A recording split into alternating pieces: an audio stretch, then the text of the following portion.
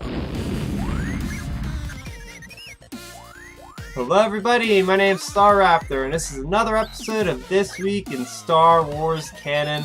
Every week I break down all the latest in the Star Wars universe, ranging from anything such as the comics, the TV series, the video games, and the novels. And with this week we had the long-awaited release of the new Star Wars miniseries. Marvel's releasing Han Solo. So, I have a bit of a problem right off the go. This is not pertaining to the comic, but just the oversaturation of canon that's being released between episode 4 and 5.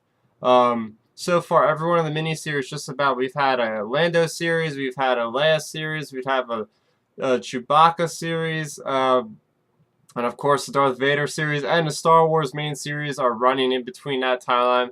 Let alone, we also have some young reader novels, as well as Herald of the Jedi. So yes, there is a lot of stuff that's happening in this 3-year gap, and I feel like at this point we gotta move on. I mean, I liked how they just finished up the Anakin, or Obi-Wan and Anakin miniseries that kind of takes place in between Attack of the Clones and A Phantom Menace. So that was a really cool, interesting timeline. I'm a huge fan of Knights of the Republic, so I'd love to see stuff that's before Phantom Menace.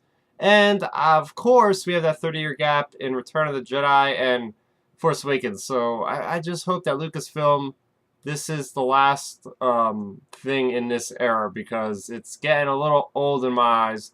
But anyway, getting into this specific comic of Han Solo #1, this was actually pleasantly surprising for me. Here we go. I'm a little bit jaded going into this story because of what I just explained. But getting into the plot of what this is all about. So Han Solo #1 is basically about Han Solo not as a smuggler, but as his new revealed background that you could see in Star Wars Bloodline. He actually has experience at flying, piloting ships and races, and I guess you could kind of say this was revealed in the first movie. I was like, I did the Kessel run in less than 12 parsecs. By the way, that's mentioned in this comic, so that was right on the nose there, so that was kind of funny. But yes, we're going to see Han Solo.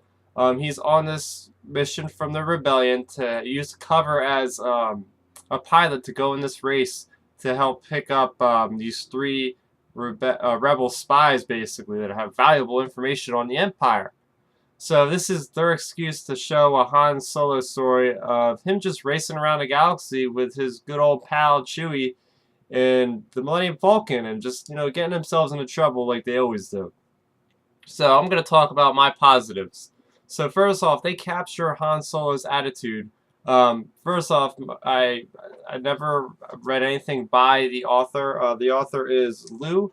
But I will mention that Brooks is the artist on this. Mark Brooks is the artist on this series, and he's been known for doing the covers of the Darth Vader series and probably some other Star Wars comics over the last year and a half. And he does a phenomenal job of doing those covers.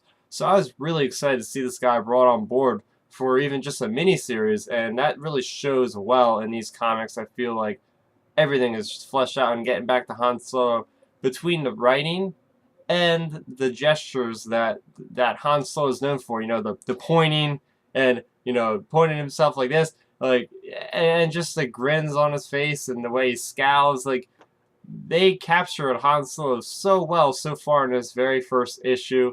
And of course, if you're doing a series on a specific character, it's kind of important that you nail his personality and the way he presents himself. So, very good on that.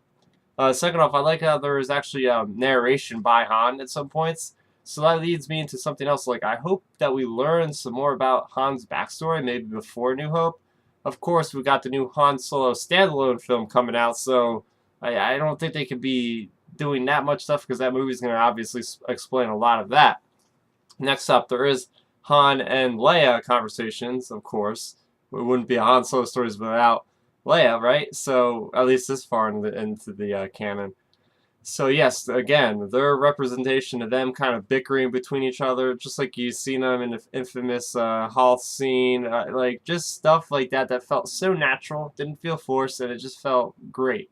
I also mentioned, so we had the ship racing, so I thought it was really cool how this is kind of galaxy building. Like, we've never really seen this in canon Star Wars about these racing pilots and everything.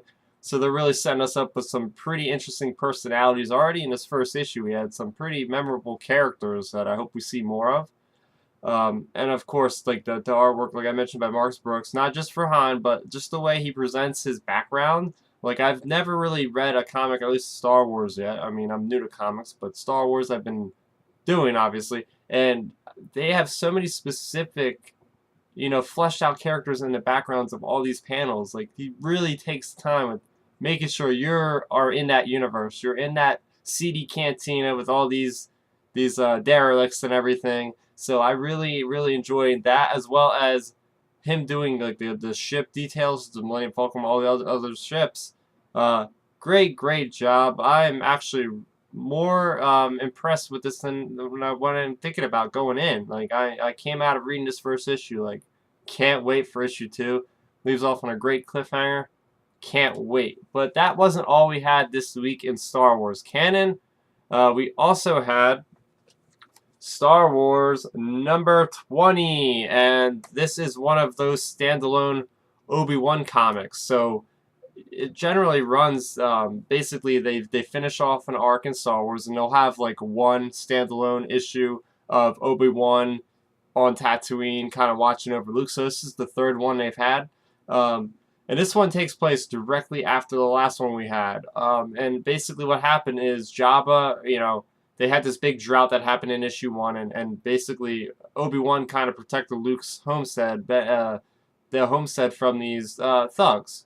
So now Jabba's actually finally going to do something about it, and he sent out Black Kirstenton to kind of straighten things out, to go after who was in charge. So Kirstenton is going after, basically gets Uncle Owen, holds him hostage, and Obi-Wan comes in and attempts to save the day, and there's this nice, really, really cool fight. Basically, the whole issue is basically a fight between Black Kirstenton, the Wookiee, versus Obi-Wan in his older years. Very, very cool. We have a little bit of Luke Skywalker in there, and we find out how Black Kirstenton has got those scars, as you know, that you've seen him in Darth Vader series and in Star Wars series. And that's another thing I want to mention, is that I really like how they're bridging a lot of these characters in and out of each other's comics. So the Darth Vader and the Star Wars comics are doing an excellent job with going back and forth with shared characters, so it'll be cool to see where they take it from here. Getting into some specifics on this story. First off, Luke is really strong in the Force already. I mean, we see at the end of this issue, Luke kind of saves the day in a way. Well, he does save the day. And I'll let you guys read that to figure out how, but that just shows you that he's super Force sensitive from such an early age. Like, he can only be probably 13, 14 in this issue. So it's pretty cool how we're actually seeing him already having those sensitivities in the Force. Second coming, we have Kirstenton. He is a force to be reckoned with. I mean, we're always seeing how these badass bounty hunters, like in Empire Strikes Back, yeah, the guys look so badass, and they're just standing there. We never really see him fight besides Boba Fett, which is very brief, but we actually see this awesome bounty hunter fight between Obi-Wan and Black Kirstenton. And Kirstenton has awesome weapons. First off, he's got a bowcaster just like Chewie, so that's pretty cool. But in this issue, for the first time we've seen, he has this really cool electrical blade type weapon, which pretty much just shocks people. But then he also has this this gun that shoots like a net at people and gets them for his bounties. So yeah, this guy is a full arsenal of very interesting, unique weapons we haven't really seen in the Star Wars universe. But also, I really enjoyed how Obi-Wan is contemplating using his lightsaber. Like, it's going to make himself get revealed. He doesn't want anybody to know that he's a Jedi. So obviously, he's going to be thinking very critically of if he should be going that way. But, Black Kirstenton is the toughest guy he faced. So he has to bring out all stops on this guy, because his mission is to save Luke. And this guy already threatened to kill Owen, so probably Luke would be next. So Obi-Wan's got to do everything in his power to save him. So he has to use his lightsaber. And even though Obi-Wan still breaks out his lightsaber, we see Black Kirstenton is still a force to be reckoned with. I mean, we've seen Obi-Wan versing bounty hunters before. One of my favorite battles in Star Wars was between him and Jango Fett in Attack of the Clones. I thought that was brilliant. So we're seeing an old, grizzled Obi-Wan. I mean, I guess he's like probably 15. This, like I said, I think this is probably like 15 years after Revenge of the Sith. So, and he's been a hermit. Like, this is basically what this arc is about. These 3 issues is him dealing with him leaving behind his ways of the Jedi to hide himself. So he hasn't been training, and it shows, because in the narration, which I like how they do narration, he's talking to kind of Qui-Gon, like, oh, give me the power to use the Force. Like, he has to channel it and really think hard. And he's out of breath, and he's just so sore all over. And, you know, it's just a great representation of what Obi-Wan is thinking, how he's reacting to something that he hasn't, you know, he hasn't faced a foe like this probably since Anakin, I'll be honest with you. So that was really interesting. But yes, that is this week in Star Wars canon. That's all we had, the 2 comics. What did you guys think of these comics? Have you been reading any of the Star Wars comics? Darth Vader, Star Wars. Are you planning on picking up Han Solo? I highly recommend it. Thanks for watching, guys, and may the Force be with you. Did you enjoy this video? Then make sure you go ahead and hit that thumbs up symbol. And if you like this video, make sure you hit that subscribe button down below. Subscribing to my channel will help me out, and it helps you guys out, keeping up to speed on all my latest content. Speaking of which, you can catch my weekly Star Wars show down over there. You can see a recent review I've done over there, and you can follow me on social media, Twitter @StarRaptor, as well as Facebook.com/StarRaptor.